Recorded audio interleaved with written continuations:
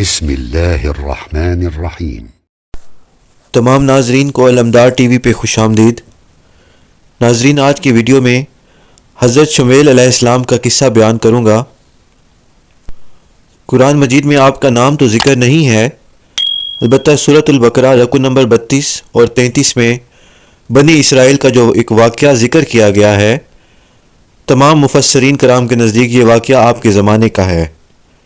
تفسیر ابن کثیر میں آپ کا نام و نسب شمویل بن بالی بن علقمہ بن ترخام بن یحد بن بحرز بن علقمہ بن ماجب بن امرسا بن ازریہ بن صفیہ بن علقمہ بن ابو یاشف بن قارون بن یسہر بن کاہس بن لاوی بن یعقوب بن اسحاق بن ابراہیم علیہ السلام ہے۔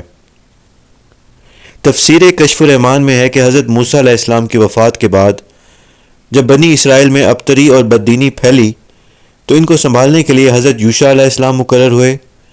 ان کے بعد حضرت کالب بن یکنہ آئے، پھر حضرت الیاس علیہ السلام تشریف لائے، اور پھر اللہ تعالیٰ نے حضرت یسع علیہ السلام کو بھیجا۔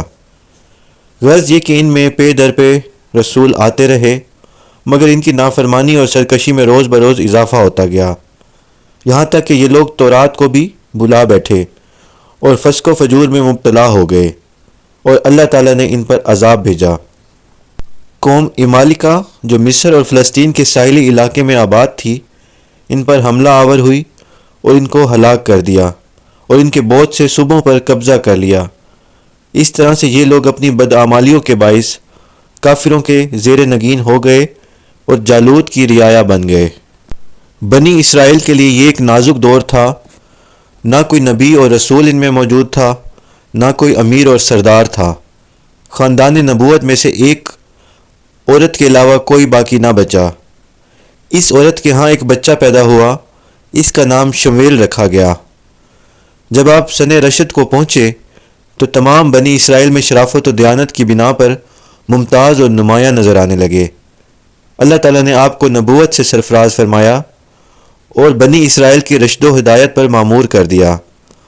قوم کے لوگوں نے آپ سے مطالبہ کیا کہ اگر آپ اللہ کے نبی ہیں تو ہمارے لیے ایک امیر اور بادشاہ مقرر کر دیں تاکہ ہم اس کی سرپرستی میں کافروں سے جہاد کریں اور اپنے ملک کو ان ظالموں سے آزاد کرائیں۔ پیغمبر خدا نے اندیشہ ظاہر کیا کہ اگر تم پر جہاد کا حکم جاری کیا گیا اور بادشاہ مقرر ہو گیا تو کہیں ایسا نہ ہو کہ تم جہاد سے انکار کر دو۔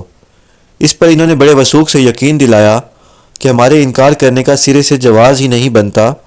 ان ظالموں نے تو ہمیں گھر بار اور بچوں سے الگ کر دیا اور انہوں نے ہم پر بہت مظالم کیے ہیں، اس لیے ہم چاہتے ہیں کہ ہمارا ایک بادشاہ ہو اور اس کی سرپرستی میں ہم اپنے ملک کو آزاد کرا لیں اور ظالموں سے انتقام لیں۔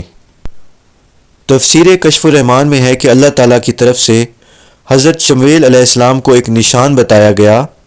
اتفاق سے وہ نشان حضرت طالوت پر درست نکلا۔ حضرت طالوت حضرت یعقوب علیہ السلام کے صاحبزادے بنیامین کے خاندان سے تھے، اور ایک عرصے سے یہ دستور چلا آتا تھا کہ نبوت حضرت یعقوب علیہ السلام کے صاحبزادے لاوی کے خاندان میں جاری تھی اور مملکت آپ کے صاحبزادے یہودا کی اولاد میں، جبکہ بنیامین کی اولاد میں نہ نبوت تھی اور نہ بادشاہت۔ طالوت ایک غریب چرواہا تھا، یہ پانی بھرنے اور پلانے کا کام کرتا تھا۔ بہرحال جب طالوت کی بادشاہت کا اعلان نبی نے اس طرح سے کیا کہ اللہ تعالیٰ نے تم پر طالوت کو بادشاہ مقرر فرما دیا ہے، اللہ تعالیٰ کے فیصلے کو قبول کرنے کی بجائے انہوں نے اعتراضات شروع کر دیے کہ طالوت ایک غریب چرواہا ہے، اس کے پاس مال و دولت نہیں ہے، اس لیے ہم اسے بادشاہ تسلیم نہیں کرتے۔ جس پر پیغمبر نے جواب دیا کہ اول تو تمہارے مقابلے میں اللہ تعالیٰ نے ان کو پسند فرما لیا ہے، اور پھر ان کو سیاسی امور اور جنگی فنون کا علم وسیع پیمانے پر دیا گیا ہے، اور اس کے ظاہری جسم اور قد و قامت کے پھیلاؤ میں بھی اس کو زیادتی دی۔ مطلب یہ کہ پیغمبر نے ان کے اعتراضات کے کئی جواب دیے۔ یہ کہ اللہ تعالیٰ کو انتخاب اور برگزیدگی کا حق حاصل ہے، انہوں نے اس کو چن لیا اور پسند فرما لیا، اور پھر میدان جہاد میں سیاسی علم اور فن حرب کی ضرورت ہوتی ہے، اور یہ علم اس کو اللہ تعالیٰ نے خوب شرح و بسط کے ساتھ دیا ہے۔ اسی طرح بادشاہ کو ظاہری وجاہت اور رعب و دبدبا کی ضرورت ہوتی ہے، تو اس کے لیے اللہ تعالیٰ نے اس کے جسم کو پھیلاؤ بھی کافی دیا، کہ تم سب میں وہ بلند و قامت ہے اور ہر شخص کے دل میں اس کے دیکھنے سے ہیبت پیدا ہوتی ہے۔ پھر یہ کہ اللہ تعالیٰ مالک الملک ہیں، سلطنت اور بادشاہت سب انہی کی ہے، وہ جس کو چاہے دے دے، تم کون ہو اعتراض کرنے والے؟ اور یہ کہ اللہ بڑا علیم اور خوب جاننے والا ہے کہ بادشاہت کا اہل کون ہے اور کس میں بادشاہت کی صلاحیت ہے۔ حضرت طالوت کا سلسلہ نسب اس طرح بیان کیا گیا ہے کہ طالوت بن کیش بن افیل بن سارو بن نخورت بن افی بن انیس بن بنیامین بن اسحاق بن ابراہیم علیہ السلام۔ لوگوں نے پیغمبر سے طالوت کے بادشاہ ہونے کی علامات دریافت کی تو اللہ تعالیٰ نے یہ نشانی بتائی کہ تمہارے پاس تابوت سکینہ جو تم سے چھن گیا ہے وہ واپس آ جائے گا۔ بنی اسرائیل میں اوپر کے لوگوں سے ایک صندوق چلا آتا تھا، ان کا خیال اس کے متعلق یہ تھا کہ یہ حضرت آدم علیہ السلام کے ساتھ اتارا گیا۔ جب یہ صندوق حضرت موسیٰ علیہ السلام کے پاس پہنچا تو وہ اس میں تورات رکھتے تھے، اور یہ صندوق ایک متبرک چیز خیال کی جاتی تھی۔ جب کبھی دشمنوں سے لڑتے تو اس صندوق کی اسلامی لشکر میں فرشتے نگرانی کرتے اور اس کی برکت سے فتح کی امید رکھتے تھے۔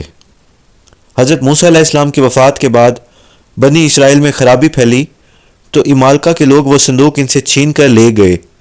آخر اللہ تعالیٰ نے ان کے دل میں دہشت ڈال دی، کیونکہ ان کے بہت سے آدمی اس صندوق کی بے ادبی کی وجہ سے ہلاک ہو گئے، تو انہوں نے گھبرا کر اس کو 2 بیلوں پر لاد کر اپنے ملک سے باہر نکال دیا اور بیلوں کو چھوڑ کر چلے گئے۔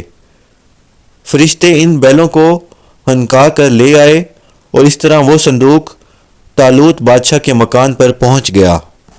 چنانچہ اس کے بعد بنی اسرائیل کو انکار کرنے کے لیے کوئی چارہ کار نہ تھا، اور حضرت شمویل علیہ السلام کے الہامی فیصلے پر طالوت کو بنی اسرائیل کا بادشاہ بنا دیا گیا۔ اب طالوت نے بنی اسرائیل کو حکم دیا کہ دشمنوں کے مقابلے کے لیے نکلیں۔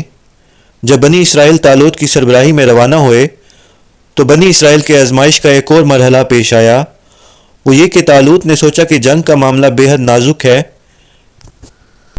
اس لیے ضروری ہے کہ پہلے اس گروہ کو آزما لیا جائے کہ کون شخص تعمیل حکم اور ضبط نفس اور صداقت و اخلاص کا حامل ہے اور کس میں یہ اوصاف نہیں پائے جاتے، کیونکہ میدان جہاد میں صبر و ثابت قدمی اور اطاعت و ایمان ہی اصل ہے۔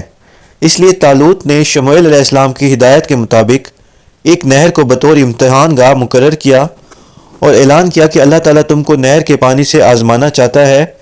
اس نہر کے پانی کا حکم یہ ہے کہ کوئی شخص اس کا پانی بالکل نہ چکھے، جو اس کی خلاف ورزی کرے گا وہ اللہ کی جماعت سے نکال دیا جائے گا۔